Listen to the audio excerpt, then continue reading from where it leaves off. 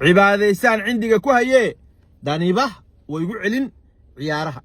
fariintan halka waxaan u soo marinayaa shacabka sharafta leh ee reer Puntland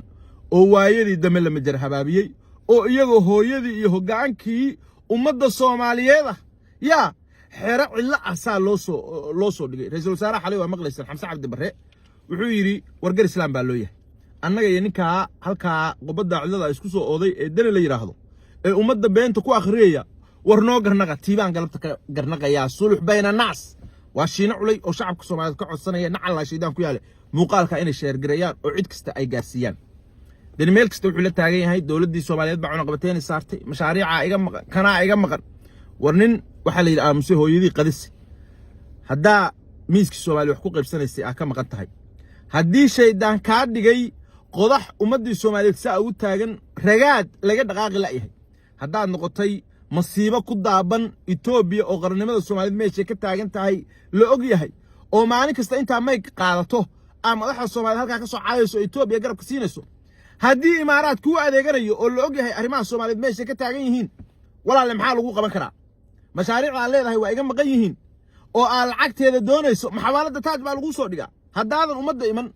oo la xisaabtamin oo Soomaali waxba ka wada dhaxay miiska aadan soo saarin soo fariisan oo wixii aragtidaada keenin oo wixii Soomaali u soo dhaca aad oo intaas xaq ugu leenahay hana loo xoolo gooyo walaalow dadka waa ka gardaran tahay adiga waxba kaaba maqna ninka dhirigsan baa tahay ninka isugu joogto baa tahay ninka dahabka guranaya tahay ninka Dubai biilaysa tahay ninka Itoobiya maxaa ku yiraahdaa ayay iskaga daaban baa tahay dadka reer Puntland ee ummadda Soomaaliyeed ka reebtay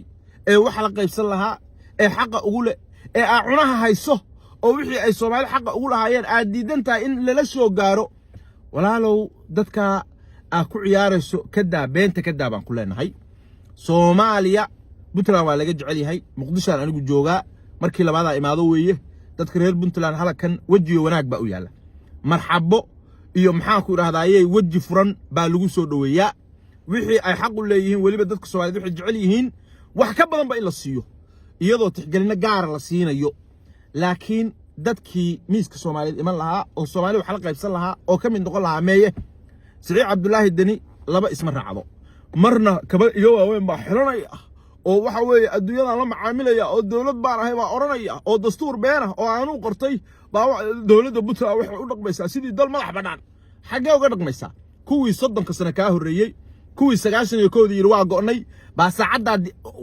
last minute waa intii ugu dambeysay diyaarada saa looga titiraya adu xagee joogtaa Siciid xagee joogtaa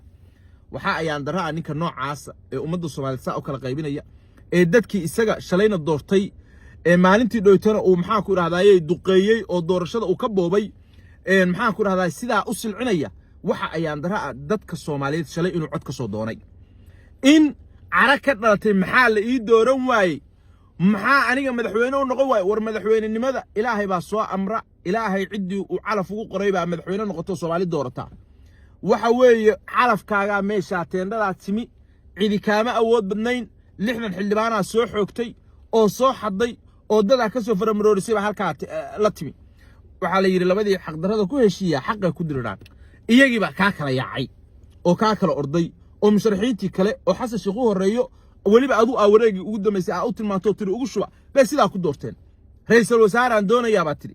xasan ma wada shaqay karo Siciid dabeecadow aniga adigu dabeecada ku wada socono ma lihin buu ku yiri maxaa marka walaalkaas horeeya maxaan anagu ku qaban karaa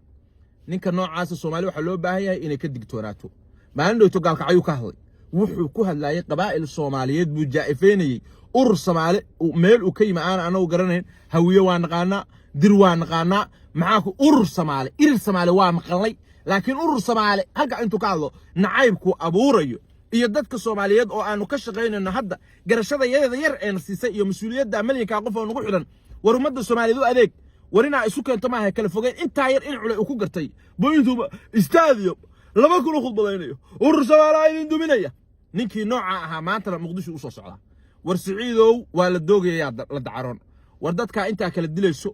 war dadka maxaa ku yiraahdaa nacaybka kala dhex dhigayso war dadka kala qoqobayso war dadka qaarna halka ka soo caayayso qaarna ala caroto maxaa qobada cudada ku haysto waa dadka shalay rabtay inay madaxweyne u noqoto waa kuwa berri aan mudan doonto iyaga u soo socotaa anu waa kaa warhayaa Puntland habeen kuma qanacdid kuma seexatid filo Soomaaliya ku muuqata ilaahay qalbiga ha kaaga reebo Soomaalina waxaan leenahay habar jeclooy Muuse waka Soomaaliya dini waa ka ilaahay baa shalay ina sulansiiyay waynu la dhaafnay ma dooran waxa noocaas hadaynu dooran lahayn maanta Ethiopia in qabsan lahayd 20 kilomitir bay ka hadlaysaa 200 buu orod ugu saxiixi lahaa ilaahay hoggaan ilaahay isaga amuurihiisa og ilaahay isaga waxa soo socda caalim qayb oo garanaya waxaas ilaahay baa ina ka qabtay hoggaan fiican dadaalaya dalka difaacaya badda dhicinaya maxaa ku yiraahdaa cadowga meel kasta ugu dhacay ilaahay baa inoo doortay siciid waa soo socdaa ha laga digtaanaado waxa weeye 2 sano hadda doorashada ka harsan wax badan maaha reer Puntland waxaan idin leenahay reer Puntlandow war umada u kaalaya sharaf baa ku dhexlahaydeen dadakan waxa weeye Soomaaliyeed qiimaha ku lahaydeen waa ogtiin hooyadii federaalka leen oran jiray hogaankii umada ahaydeen maanta ina meel cilla ah nin caraysan intuu idin la galo halka ka soo qunuudaan oo ka soo habaartamaysaan wax idin qabta iyo waxa u qalanteen midna maaha wax qiimihiina ka turjumayna maaha shacabka reer Puntland intaas oranaya ninka la iska qabto qof weeye shalay waa doorateen haddana waa idin boobay u taga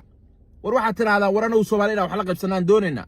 war Soomaali inaan maxaa ku raadayay ka mid baan nahay war meelna kuma kala tay karno war Siciidow adiga waxba kaama maqna dabaqyaa meel kasta ka taaganaysa waxa weeye mashruuc isagu u dhintinayo ma leh ciyaalkiisii dibadda wax ka baranayaan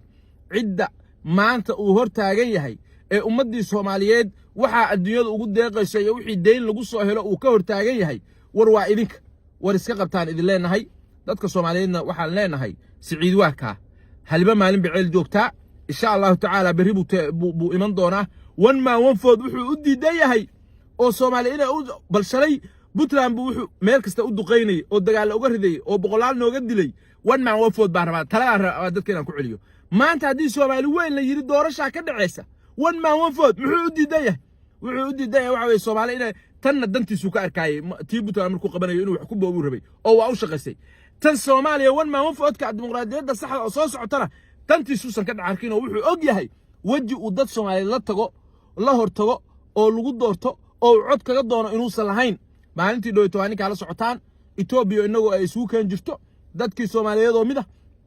qabiil iska ilaaway gobolkii la isu qaadi jiray meel iska dhigay Ethiopia loo wada jeedo araxda waa tuu ina ka jabiyay halka waa tuu ina ku dhuftay oo yiri Ethiopia xaq leh oo Soomaali ba xaq daro ku socota gaaladii baa maanta meel kasta Ethiopia waxay ku doodayso codadkiisii baa kamid oo dawladda Soomaali la horimaraysa oo waxay leedahay nin waala ninkiisa u miir qaba Soomaaliya hadda idinku waalateen dani waa kan isaga idinka miir qaba waa kan saxdii iyagii baa saa ku doodaya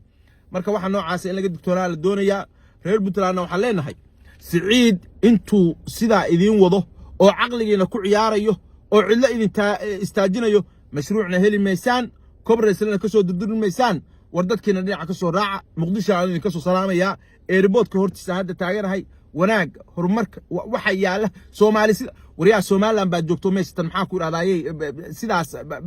xildhibaanadoodii iyo saa ugu sharfan yihiin oo u shaqeynayaan oo meel kasta uga doodayaan oo maxaa ku raadayay dalkoodii ay leeyihiin waa horaan go'nay oo halka laga soo habartamayo Siciid Cabdullaahi Dalina waxa laga kari laayahay xildhibaanadii aashalay soo xaday dadka ka soo xoogtay kolayga ku soo guratay war xildhibaanadaadii la tashaa laga kari laayahay war iyaga wax weydii oo wixii Muqdisho kaaga maqan waxaas iga maqan taleefanadu ka qaban laayahay halkaas uu maalinba mid ka soo caayay sayara u dameeyo waa tu ka caayay gaalkacay waa tu ka caayay xildhibaanada meeynaga soo xulanay masi xalaal ku yimaadeen waa la socotaan halka anagoo ka duryamayno ka qunuudeena waa tu waxa weeye ina ka wada xoogay marka reer Puntlandow aqligiina yaa lagu ciyaarin dawlad Soomaaliyeed oo fiican jirta dalku waa horumaray mashaariic badan socota nimca taala ninka isugu joodo oo marna dahabkeena guranaya marna dalka nuska iibinaya imaaraad marna Ethiopia xooga uga soo dhacayo waxba isaga kama maqna cidda mashaariicdu ay ka maqantay idinka weeye war aqligu ha idin shaqeeyo war halakan waxa weeye dawladda Soomaaliyeed waa idin ogoshahay war u kaalaya waa sharfantihiin sabab la maxaa buur cidla leenu ku haystaa mataalo Siciid Danina insha Allah taala 300 milyan dadka masaakiinta ka soo ururnayso 2026 inoo balana Ilaahay shiina cule inta ugu yar inuu ka cuna inoo balana saasa lagu diiranaya meesha ku kufi jirtayna waa taqaana maalintii hore 6 cod baa heshay maanta wan ma wan food bay tagaysaa insha Allah taala tobana isku jifatiin baa ku codaynaya cid kale oo reer Puntland baa ka codayn doona sida ku bishaarayso meel xilaana ku kufi doontaa waa shiino culo idin leh salaamu calaykum waraxmatullahi wabarakaatu